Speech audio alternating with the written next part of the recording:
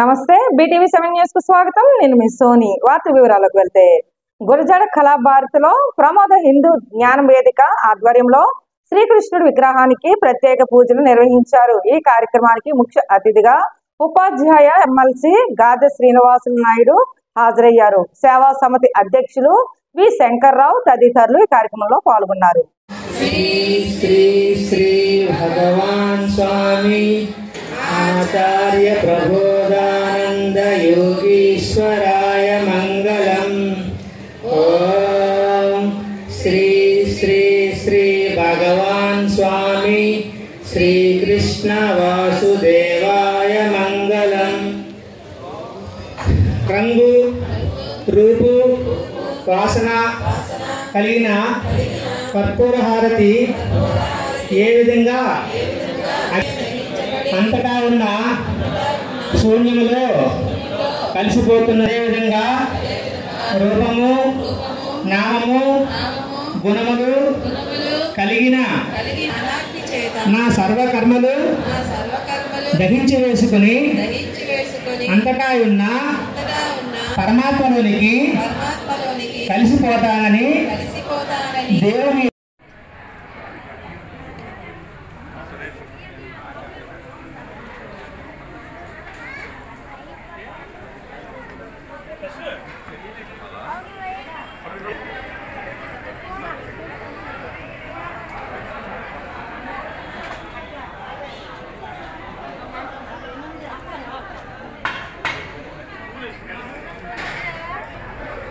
అందరికీ నమస్కారం. నా పేరు శంకర్రావు, ప్రబోధ సేవా సమితి విజయనగర శాఖ అధ్యక్షుడు. దేవాది దేవుడు శ్రీకృష్ణ పరమాత్మ జన్మదినమైన ఈ అష్టమి రోజు ప్రజలందరికీ కూడా ఒక శుభదినం. ఏదైతే దేవుడు భగవంతుడిగా వచ్చి తెలిపిన భగవద్గీత ఉందో ఆ భగవద్గీత మరింత ప్రజలకు చేరువయ్యే ఉద్దేశంతోనే భగవద్గీతలో ఉండే సారాన్ని శ్రీ శ్రీ శ్రీ ఆచార్య ప్రబోధానంద యోగీశ్వరుని ఈరోజు రైతు సిద్ధాంత భగవద్గీత పేరుతో మన ముందుకు తేవడం జరిగింది. ఆ భగవద్గీత సారం అనేది తెలుసుకున్న తర్వాత మనిషి ఆచరించాల్సిన ధర్మం అంటే ఏంటో మనందరూ కూడా మనం అర్థం చేసుకోవచ్చు.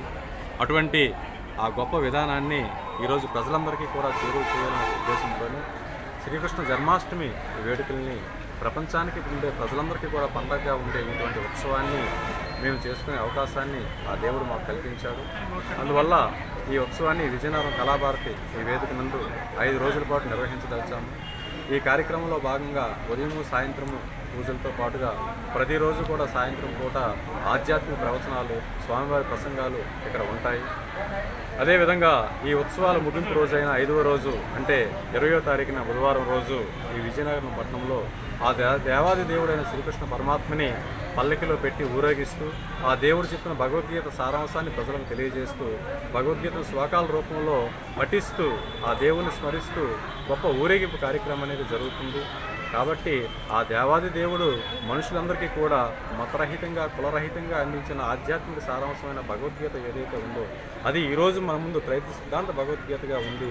దానిని అందరూ కూడా తెలుసుకొని తరించాలని ఒక ఉద్దేశంతోనే ఈ శ్రీకృష్ణ జన్మాష్టమి వేడుకలు అనేవి మనకి ఒక మార్గదర్శకంగా ఉపయోగపడుతున్నాయి. కాబట్టి ప్రజలందరూ కూడా ఈ కార్యక్రమంలో స్వచ్ఛందంగా పాల్గొని ఆ దేవుని యొక్క జ్ఞానాన్ని తెలుసుకుని ఆ దేవుని యొక్క ఆశీస్సులు పొందుతారని మేము ఈ మీడియా ముఖంగా విజ్ఞప్తి చేస్తున్నాం.